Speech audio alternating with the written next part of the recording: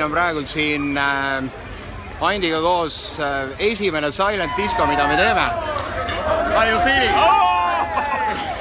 Tegelikult see on päris hull, mis toimub ja nii et ma ei tea, põhimõtteliselt vaadake ise, mis siin toimub.